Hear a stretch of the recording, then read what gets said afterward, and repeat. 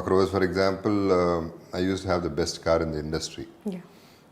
తర్వాత కొన్ని రోజుల తర్వాత I used it and one morning I just got up, పైనుంచి కార్ చూసా. దీంతో నాకు అటాచ్మెంట్ ఏంటి అని మేనేజర్కి ఫోన్ చేసి అమ్మేయి అన్న. Okay. అలాగే ఇల్లు అమ్మాల్సి వచ్చింది. ఇల్లు అమ్మినప్పుడు కూడా అమ్మేయండి అన్నాను. Okay. అలాగే హీరో అయిపోయింది మార్కెట్. ఓకే, ఆ ట్యాగ్ అలా పెట్టండి, villain. I'm an actor. Okay. How does it matter whether I'm hero or villain? I want act in films. సినిమాలో ఉండాలి, నేను సినిమాల్లో మంచి క్యారెక్టర్స్ చేయాలి, అందరూ అప్రిషియేట్ చేయాలి. And I know only cinema. చాలామంది యాక్టర్స్కి బిజినెస్లు తెలుసు, డిప్లొమాటిక్గా మాట్లాడటం తెలుసు, తెలివైన వాళ్ళు ఉన్నారు. నాకు ఏమీ లేవు. నాకు యాక్టింగ్ ఒకటే తెలుసు, అది కూడా సినిమాలోనే. బయట నేను యాక్ట్ చేయలేను. సో నాకు హీరో ట్యాగ్ అనేది it's not at all important. Okay.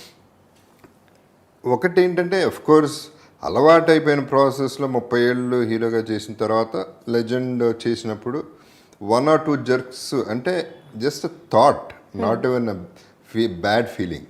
Okay. Something like hero గారు వస్తున్నారంటే నేను కాదు కదా, like that thought of just cross the mind తప్ప అయ్యో నేను హీరో కాదా ఇంకోళ్ళు హీరోనా అనేది అసలు ఎప్పుడు లేదు. Okay.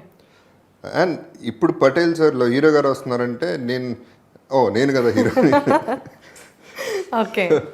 So it crosses my mind అంతేగాని నిజంగా there is no feeling because I'm not a hero in life. If I'm a hero in movies. Yeah. So what, Okay. I'm still there in movies. అంతే నాకు కావాల్సిన cinema అంతే. Okay sir, ఈ Patel sir అనే ఈ script పట్టుకుని వచ్చినప్పుడు వాసు గారికి ఇది ఫస్ట్ ఫిలిం అండ్ సాయి గారితో ఇది మీది second film. First film legend అయితే సెకండ్ ఫిలిం హీరోగా ఇదే. విలన్ కదా అంటూ దీంట్లో హీరో. అదే సాయి గారి సినిమా. ఫస్ట్ ఏ పాయింట్తో మీరు యాక్సెప్ట్ చేయడం జరిగింది సార్ ఇది? ఇప్పుడు ఇందాక దానికి కనెక్టెడ్ అనమాట, సేమ్ థింగ్. Okay. నేను లెజెండ్ స్టార్ట్ చేసిన తర్వాత I was so happy in life. I am happy in life. మంచి క్యారెక్టర్స్ వస్తున్నాయి. మళ్ళీ it happen, the life started happening.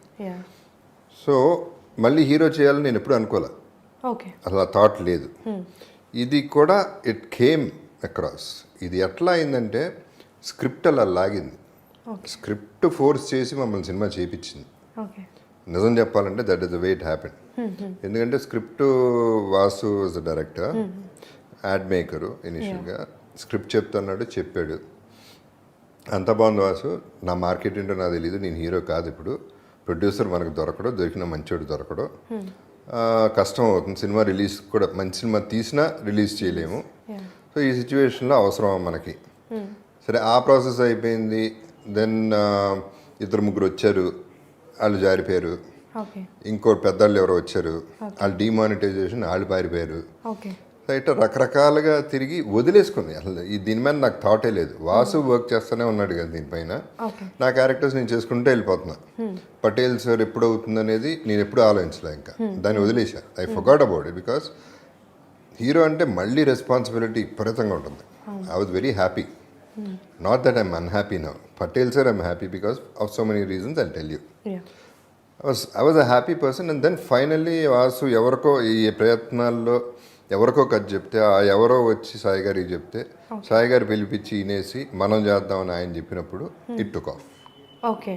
That is how నేను మళ్ళీ ఇప్పుడు లీడ్ చేస్తున్నాను. హీరో కూడా కాదు, లీడ్ చేస్తున్నాను ఈ సినిమాకి. ఇంకో క్లారిఫికేషన్ కూడా ఇస్తున్నాను. ఇప్పుడు హీరో చేశాను కాబట్టి ఈ సినిమా హిట్ అయిపోతుందని నమ్మకం ఉంది. అది హిట్ అయ్యింది కాబట్టి హీరోని కాబట్టి మళ్ళీ హీరో సినిమాలు చేస్తాను నేను అంటలేదు. మళ్ళీ క్యారెక్టర్ చేసుకుంటాను. సో ముందే దానికి అందరూ ఫిక్స్ అయిపోకుండా you are like no, I know what I am. నాకు